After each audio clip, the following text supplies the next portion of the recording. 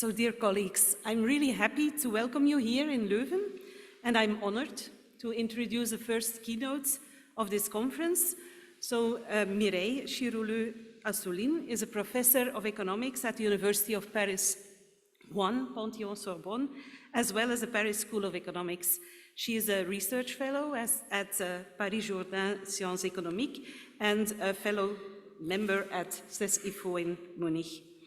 Professor Chiroleu-Assouline is a specialist of environmental economics, and her research focuses on environmental public policies, including ecological taxation, on corporate social responsibility and environmental responsibility for firms, the political economy of the environment, and the economics of lobbying in the environmental field.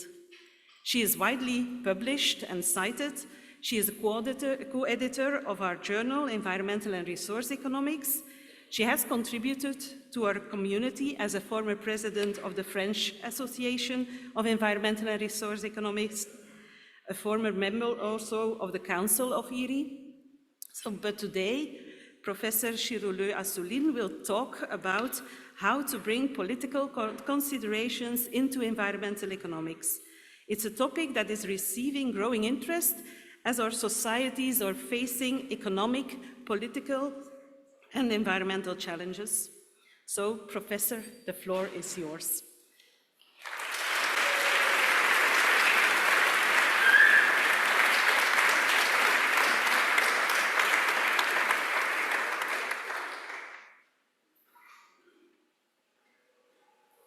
Thank you.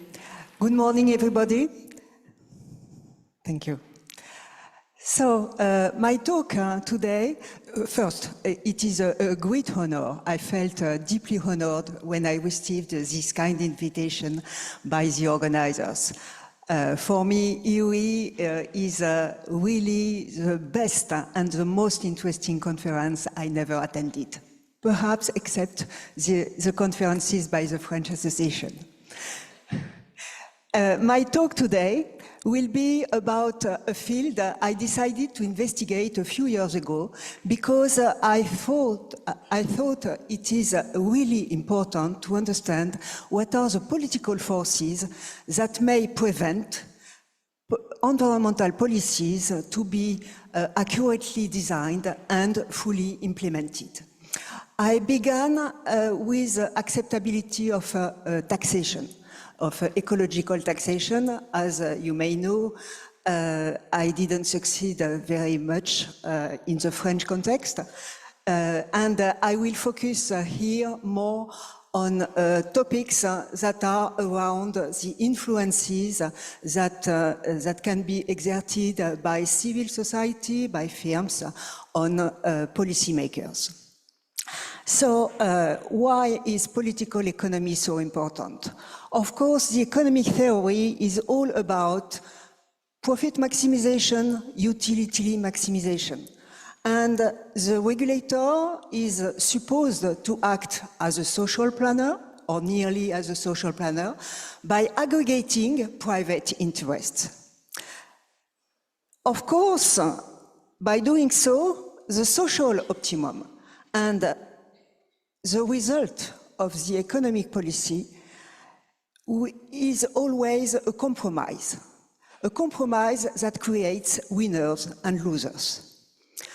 In some cases, you may find some actors who are really altruistic and want to contribute to the public good voluntarily. But it is not the common case. And polluters in general, specifically businesses, want to preserve their own private interests. So, is this figure an accurate representation of the world? Here you have a government elected by voters. This government implements policies in order to regulate firms that may be already responsible. And you have NGOs, I will try to highlight, yes, it works. You have NGOs caring for the planet and the common good that may influence voters in the good way, that may influence government and consumers.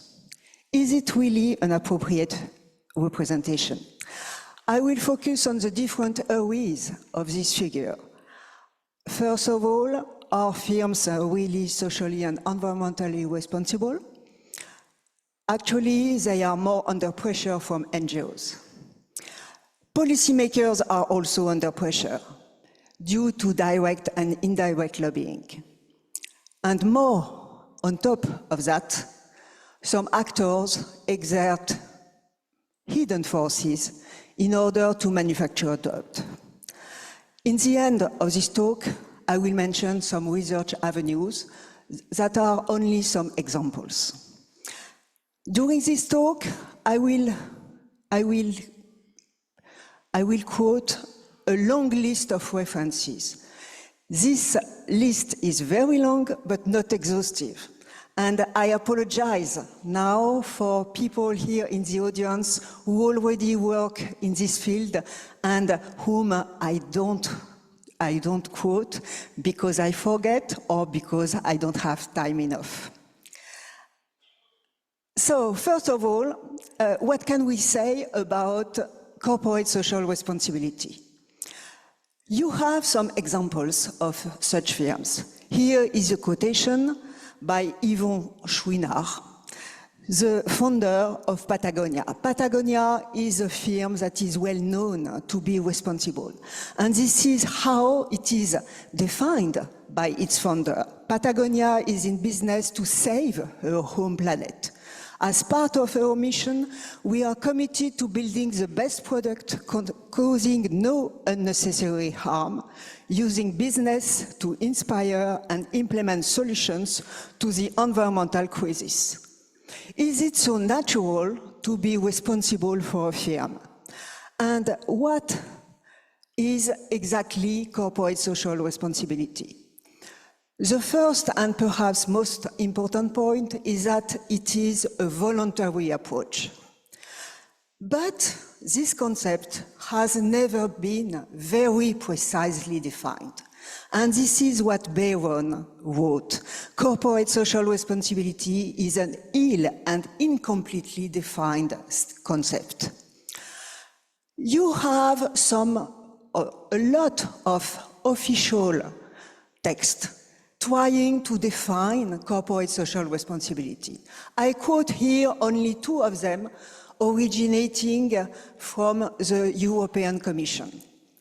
And why I quote them is because they contradict or they don't give exactly the same definition. In 2001, corporate social responsibility was defined by the European Commission as a concept where companies internalize externalities, internalize their impact on society and their interaction with their stakeholders on a voluntary basis. And in 2011, the voluntary basis is no more a part of the definition. And this is the responsibility of enterprises for their impact on society. Does it mean something? I think that it means that perhaps corporate social responsibility could be envisaged in the future as a field that could be also regulated, that it could become compulsory for firms to become responsible. But we are far from that. How was corporate social responsibility considered in the economic theory? In the first years were before, because corporate social responsibility appeared without being named like this, without being called corporate social responsibility at the beginning of the 20th century, and perhaps earlier. But Milton Friedman gave a very powerful message, unfortunately.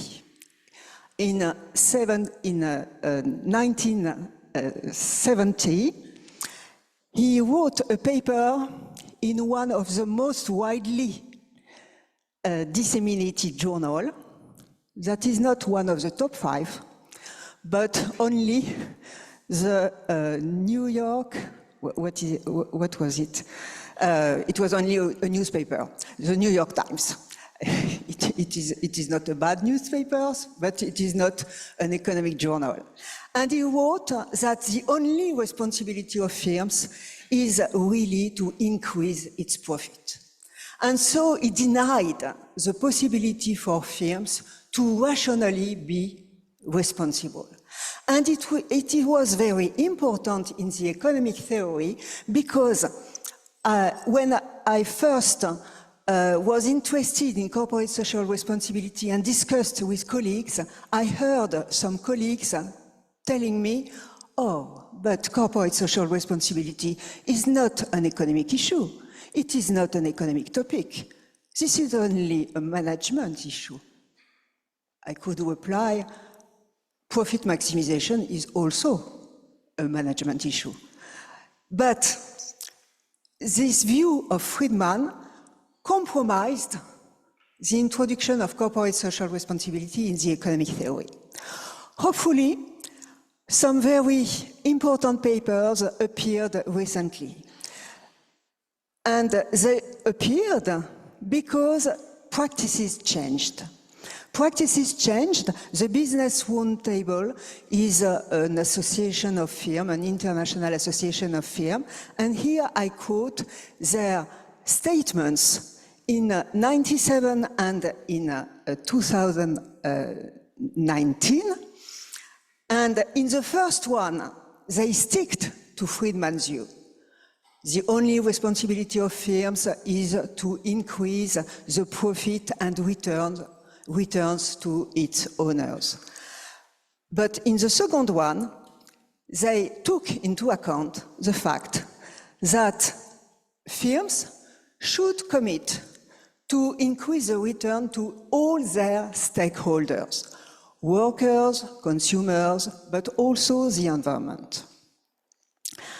So when I said that corporate social responsibility is now considered in the economic theory, this is after the seminal paper of Benabou and Tirole in 2010, where they considered the different meanings of the term, firms' adoption of a more long-term perspective, or delegated exercise of pro-social behavior on behalf of stakeholders, or insider-initiated corporate philanthropy. And they explain with simple but economic words how corporate social responsibility could be understood also inside the economic theory.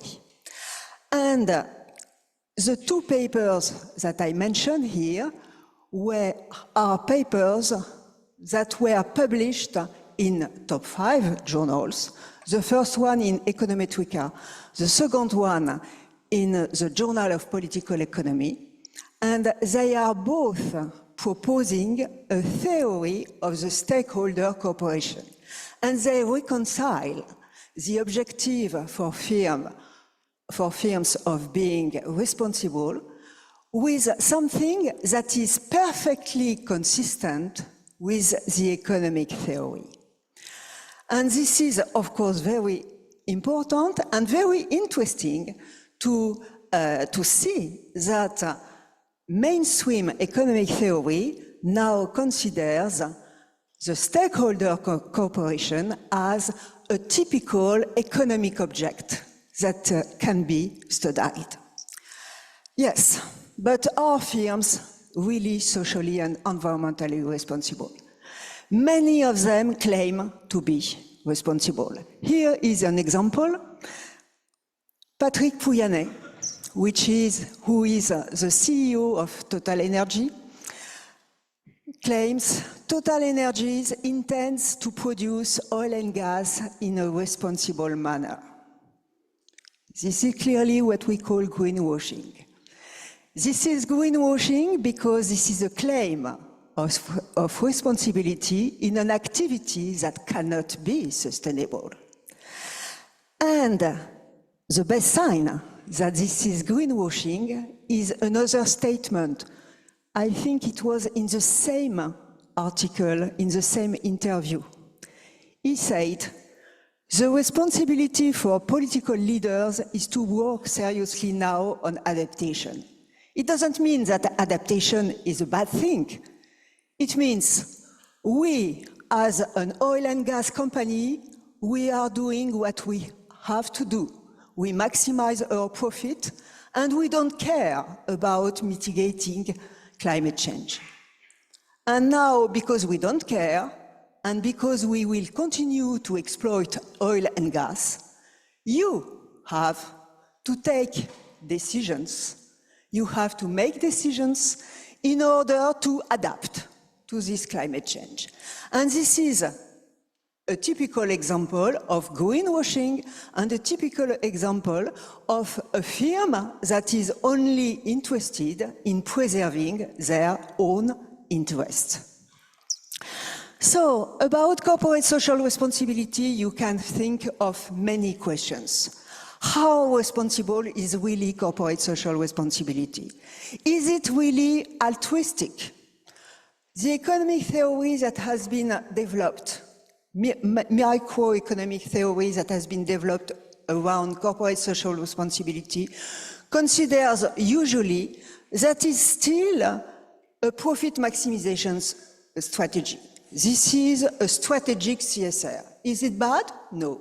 If firms find an interest, an economic interest, in becoming really more responsible, okay, it's okay. But we have to be aware that it is not really conducted by altruism. CSR has been studied in many papers. I give here only one example, as a way of differentiation.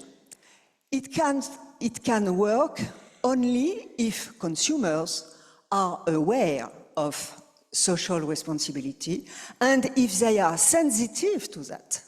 So if they have a willingness to pay for greener products or for products obtained by responsible firms.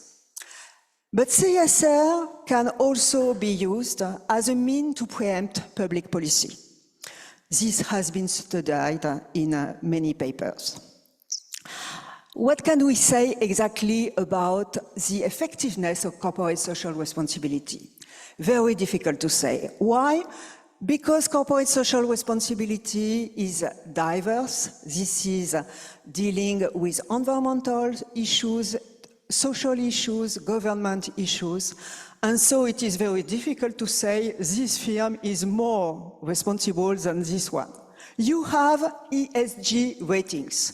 These ESG ratings are so different from each other than if you study the effectiveness of corporate social responsibility using one of the ratings, you will find different results than with another rating. And so, for empirical economists, this is really an issue.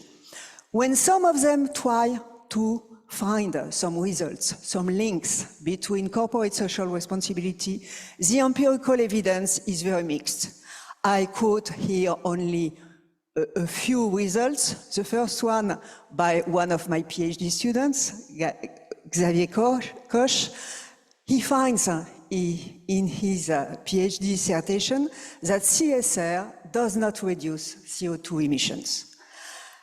And some other works, for example, Young, Muller, and Liang, find that mandatory CSR disclosure, this is not CSR, this is a fact to disclose CSR, may be associated with a reduction of CO2. It is perhaps not causal, but it is associated. Another question is how voluntary is CSR? Actually, firms are mostly under pressure by NGOs. And this is one explanation of CSR. CSR is a result of private politics. What is private politics? This is a direct interplay between civil society, NGOs, and firms. This is another kind of interplay contrasted with public politics, which is usually studied in economics. So, how can we represent this private politics? We have NGOs influencing consumers and also acting directly on firms. They can act by naming and shaming firms. They can act by informing consumers, and this can result in a threat of boycott.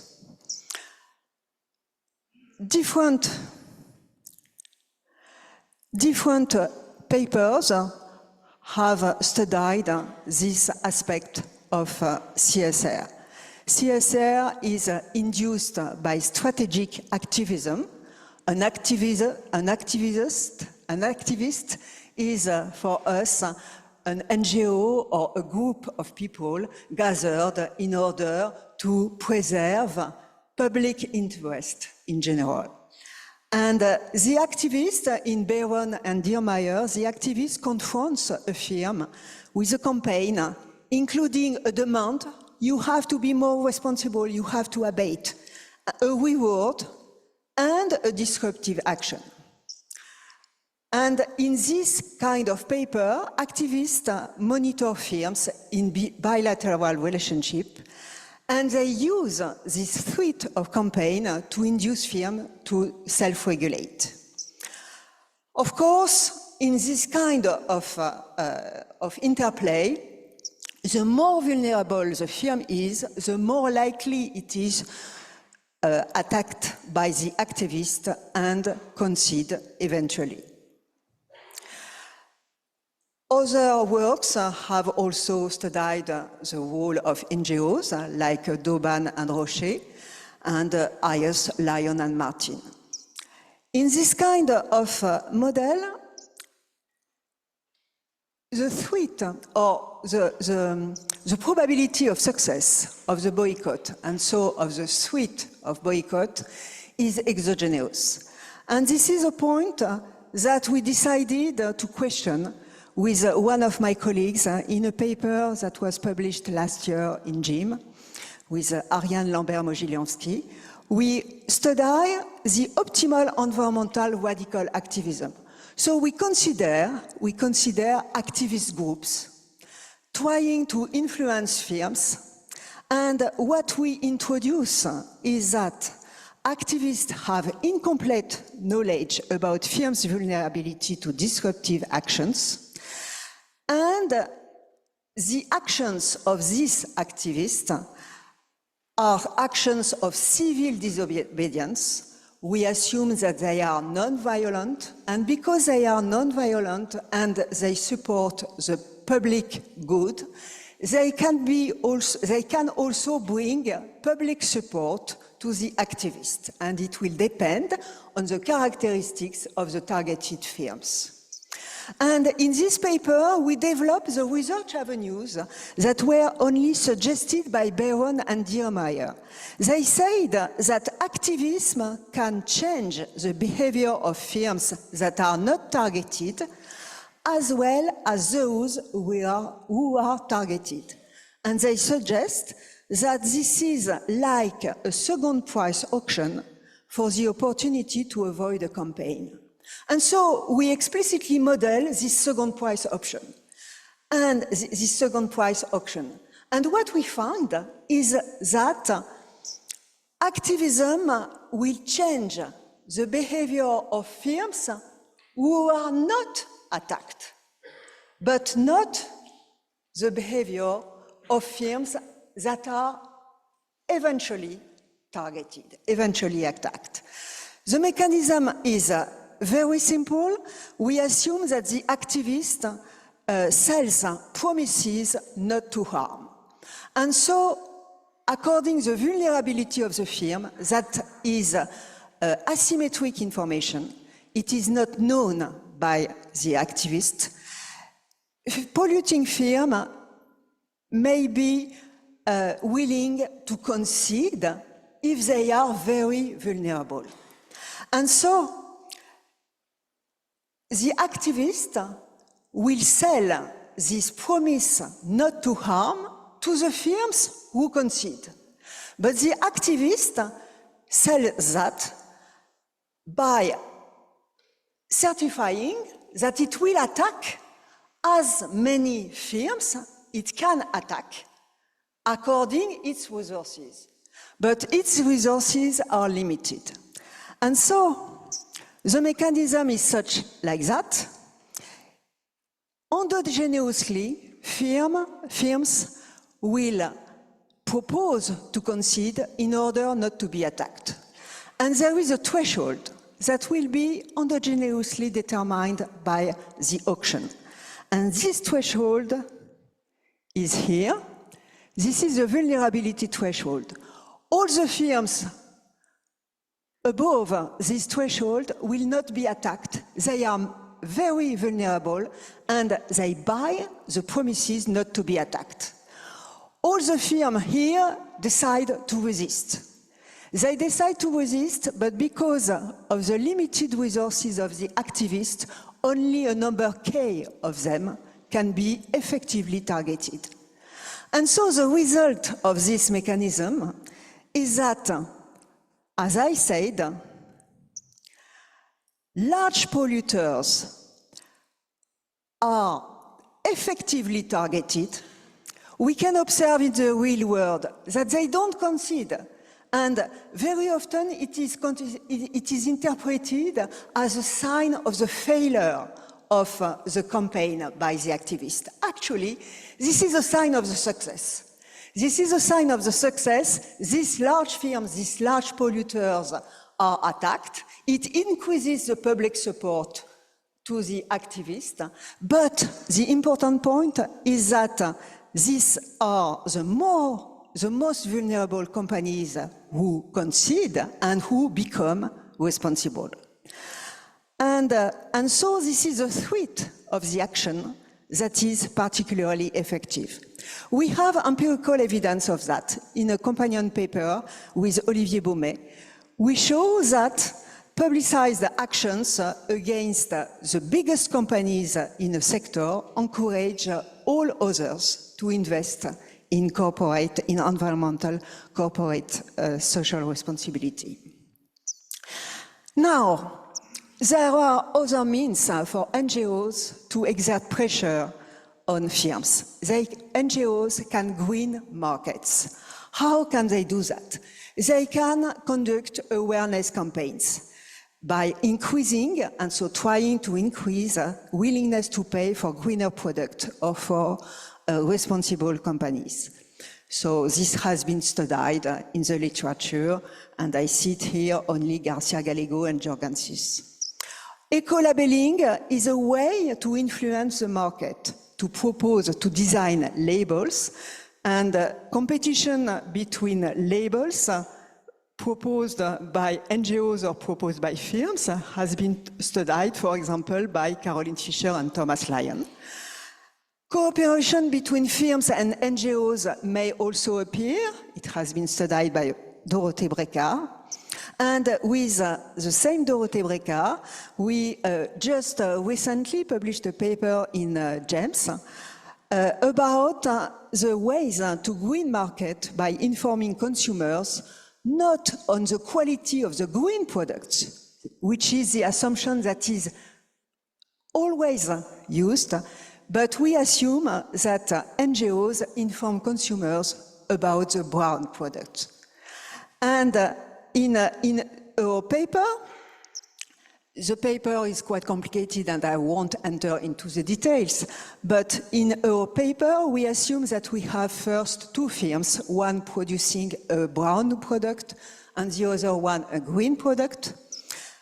There is a two-dimensional vertical product differentiation because we assume that a brown product has a higher intrinsic quality and so would be preferred by consumers that are not aware of the environmental qualities of the different products.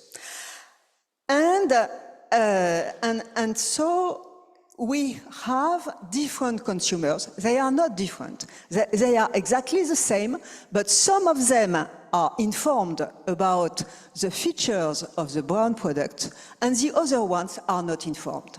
So we have a share alpha of informed consumers, and we study the effect of a campaign that could increase alpha.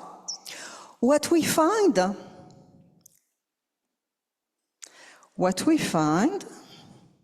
so we have here consumers' preferences, where simply, perhaps if I want to highlight here, this is the difference. For uninformed consumers, the environmental quality has no impact, because they don't know that the products have different environmental qualities. For informed consumers, the environmental quality will have an impact here determined by theta. What we assume is that after information, informed consumers realize that the brown product is bad for the environment. And so, in our model, this is represented by the fact that the perceived environmental quality by consumer is rescaled. And this environmental quality is not a positive attribute, but a negative attribute for the brown product. And it makes all the difference in this model. This is what we call an aversion effect. And we have a degradation of the environment that is determined by the demand of each product.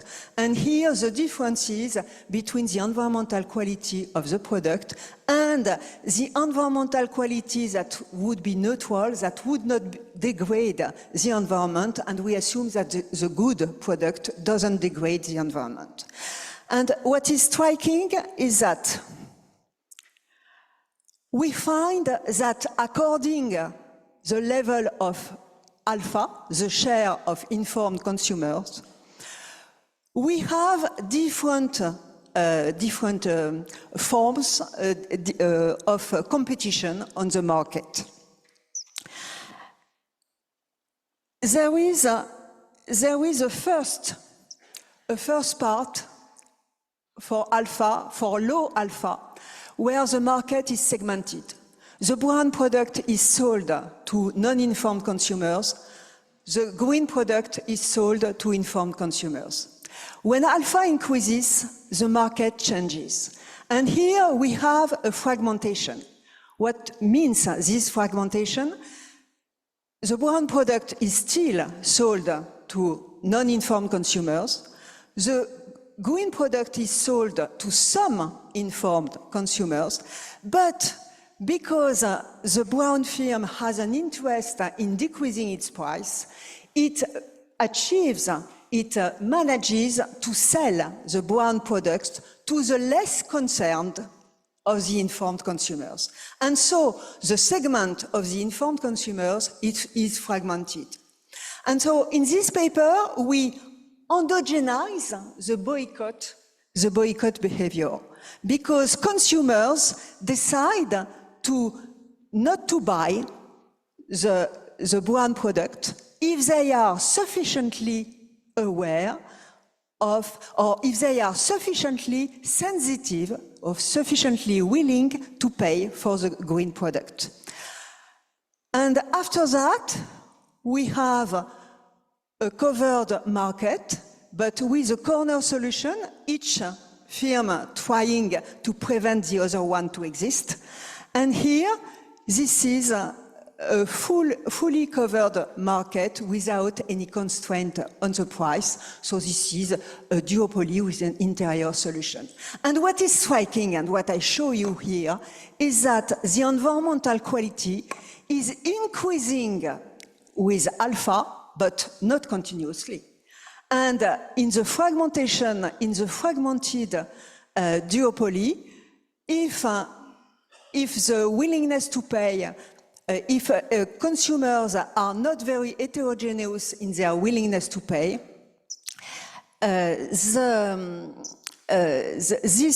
this market will conduct to a degradation of the environmental quality. And again, after a threshold alpha 2, there is a shock here on the environmental quality, and the environmental quality of the market decreases a lot and increases after that. And so, if the NGO wants, so what we obtain here is that increasing the share of informed consumers is not enough. So the NGO may have an interest in introducing an intermediate good that has the same intrinsic quality than the brown product, but is a better, a greener product than the brown one, and not exactly as the green one. And what we show, but I don't have time enough, what we show is that it is only possible if the level of the environmental quality of the intermediate product is very low. And what we show is that it cannot replace information campaign. In some cases, it can increase the environmental quality of the whole market, but it is not a strategy that can really be effective in any case. And so what we think is that modeling this aversion effect and modeling this information emphasize is an interesting tool, and we have a work in progress in order to emphasize the differences introduced by these modeling assumptions compared to the standard modeling assumptions where NGOs or some other agents are supposed to inform about the green qualities of the green products. Now, not only firms are under pressure, but also policymakers. Policymakers are under pressure, and this is what is called direct and indirect lobbying.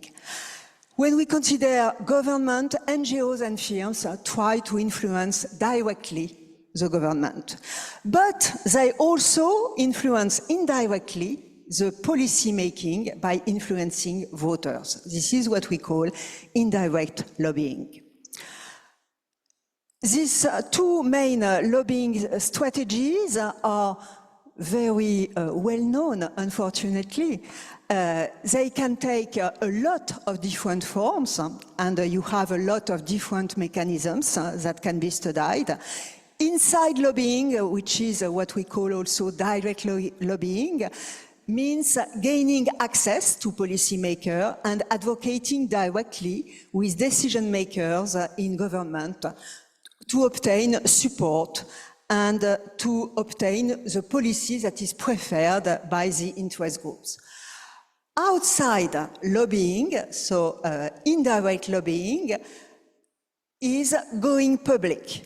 So this is a more indirect strategy which aims at putting pressure on policymakers via media campaigns or by mobilizing citizens or staging protests. So direct lobbying has been in the beginning of the studies, in the first studies of lobbying, direct lobbying has been considered mainly as all the practices involving direct contributions to policymakers. This is what is called quid pro quo lobbying. So this is something where you have a bargain, not exactly a bargain, but you have an exchange. You have an exchange between the lobby group and the policymaker, and the lobby group or the firm gives a monetary contribution in order to obtain a decision that favors its private interest. You may ask what is the distinction, what is the difference between lobbying like this, quid pro quo lobbying, and bribe corruption. The main difference, perhaps, is that a political contribution is public, it is known, and it is not personal. It is legitimate, it is authorized by law. When it is authorized, it can be forbidden in some countries. And in the opposite, a bribe is personal. You will have personal enrichment, and this is private, this is hidden, and this is intended to corrupt. But the frontier is very thin between corruption and this kind of lobbying. And the other kind of lobbying, direct lobbying also, is informational lobbying. Informational lobbying means interest groups providing the policymaker with information. Is it possible? Providing information to the policymaker by providing reports or consultation. So here is a picture about lobbying expenditures in the United States. In the United States, these lobbying expenditures are mainly political contributions. Here it was about the bill intending in 2009 intended to implement a cap-and-trade system in the United States. In the end, this cap-and-trade system, the bill was not passed because of these lobbying forces. You have here the distribution of these lobbying expenditures according industries, and of course, energy industries were the first to lobby. This is nearly the same at the European level. At the European Commission, you have a lot of energy companies like ExxonMobil, Shell, Total Energy here, who are lobbying. Here they are categorized according to their lobbying expenditures.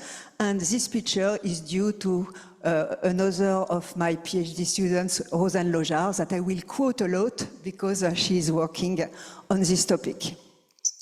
So at the European Commission, political contributions are not allowed, are not possible.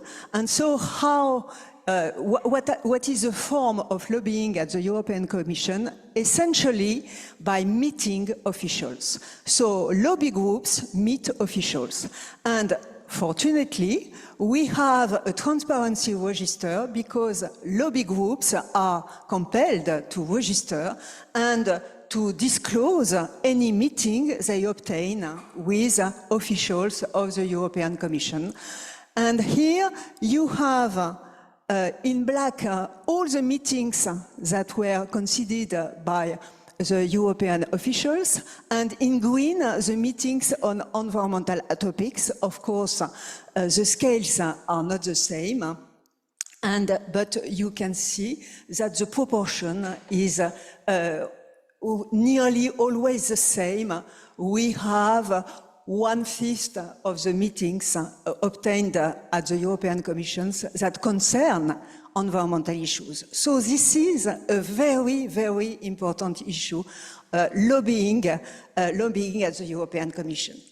Here is a repartition of these meetings according the different organizations. The biggest part is here in blue and in orange.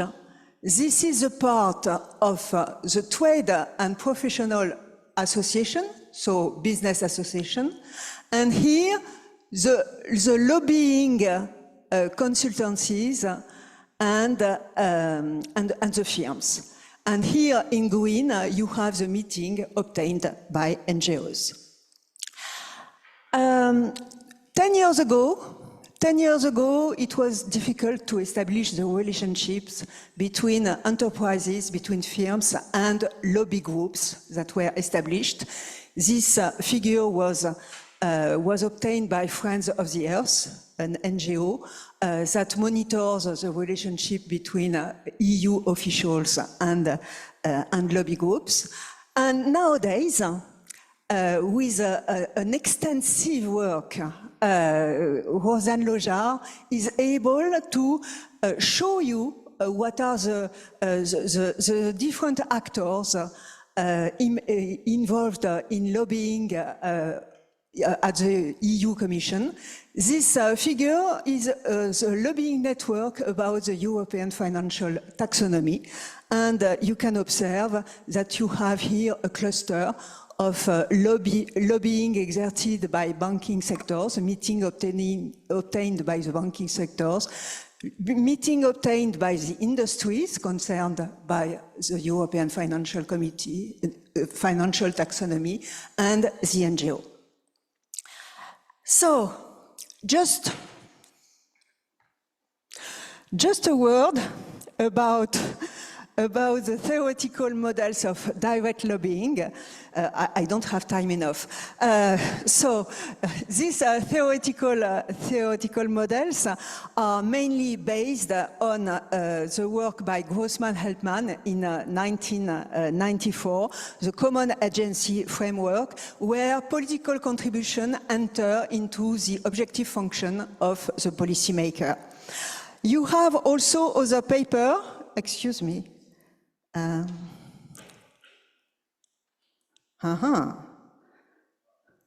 is not possible to come back. I think this is on purpose.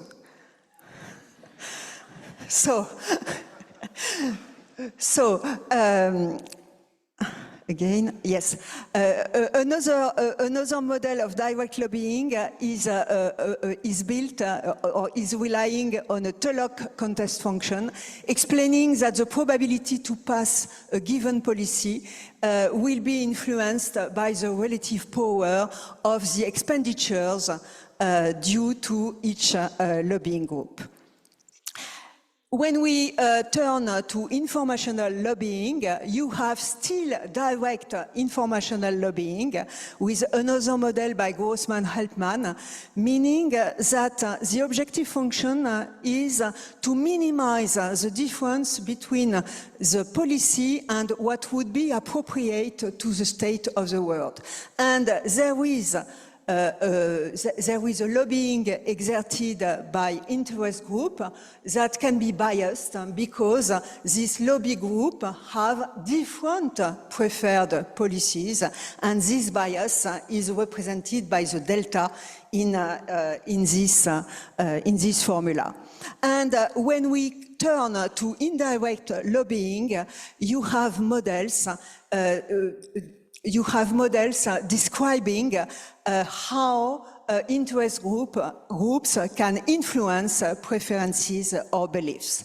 And these models have been developed by different colleagues. So I don't have time to show you really all my slides.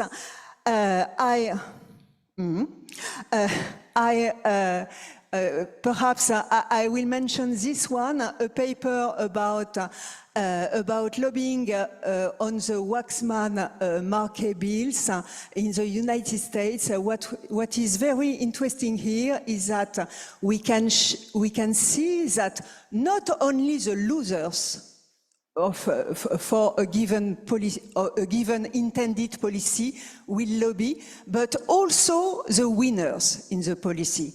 And this is what is shown here. They don't lobby exactly in the same way, but they have the same, you have more expenditures by losers than by winners. So I won't enter into the details of this informational lobbying. What I want to mention, without entering, unfortunately, into the paper, is that on top of that, interest groups are manufacturing doubt. And so they obscure the relationship between voters, governments, and NGO. And manufacturing doubt has been emphasized by this book, Merchants of Doubt, by Oreskes and Conway, and it has been modeled in the literature by two papers, mostly two papers, one by French colleagues, Yann Bramoulet and Caroline Orsay, who are studying the impact of of interest groups releasing scientific reports only when these reports support their view. And so biased scientific reports. And what they show, of course, is that a populist government who maximizes expected perceived welfare will fund less scientific independent public research than an independent research agency. And in that case, it can have a high influence on the policy. In a paper with Thomas Lyon, we are studying another tactics that is undermining NGOs' credibility. And this is very important because in the Grossman-Helpman model, where we assume that interest groups can provide information to the regulators, it is effective and it can result in an informative equilibrium only if the policymaker is aware that the lobbyist is trustful, so that the lobbyist is moderate enough to lobby only if it is necessary and not because it would be radical. And so by undermining credibility of the activist group, the firms or the private interest groups can make the policymaker think that the NGO is a radical one instead of being a moderate one. And it will produce uncertainty, and the policymaker will be prevented to act because it doesn't know whom to believe. So here only perhaps some research avenues that have been already explored, some of them have not, and I think that the main point, or there are 2 points that are really important. The first one is that we should, as economists, disentangle mechanisms, lobbying mechanisms, measure precisely outcomes of lobbying, and this is what Rosanne Lojar is doing, for example, by trying to see how regulation can be changed by lobbying, because the policymaker takes into account the lobbying information. And what is really important is that we should integrate political economic forces into models of environmental economics and propose new governance rules. This is what we tried to do. This is my last slide. The last one is thank you. So this is my last slide with the content. This is what we did with a series of authors led by Thomas Lyon. We propose as a first rule, of course, more transparency, but more transparency on the side of firms.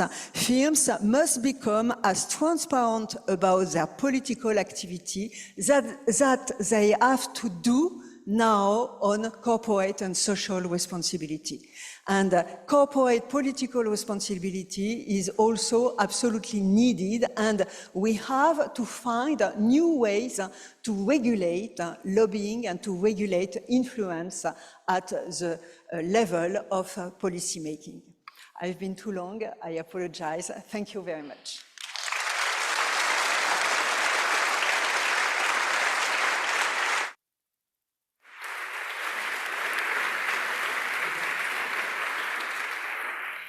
So thank you for this very interesting keynote. I think, given the time, we can maybe accommodate one question, but I would really encourage you to talk to Mireille during the coffee breaks and other breaks. Is there somebody who would like to ask a question? Well, I see Steph is raising his hand, so maybe. Thank you, very interesting talk. Very wide. I have one small question. At the lobbies, lobbies can also make regulation much smarter. And I think there's a paper by Tirol on this. And so it may be interesting to have a look at certain lobbying actions and see those, try to find out what lobbying actions were actually beneficial, maybe for the firm and for society, against, and I guess, many others that work in the other direction. Just a small point. Thank you. Yes, I think you are right. When we are speaking about lobbying, we are also involving green lobbyists. And as a scientist, we can act also as lobbyists. We should act as non-biased lobbyists.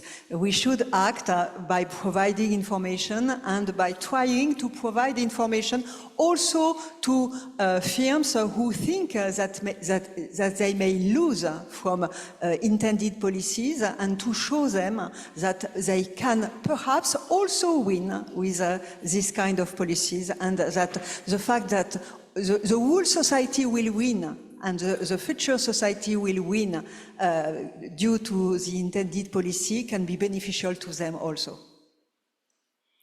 Okay, thank you very much.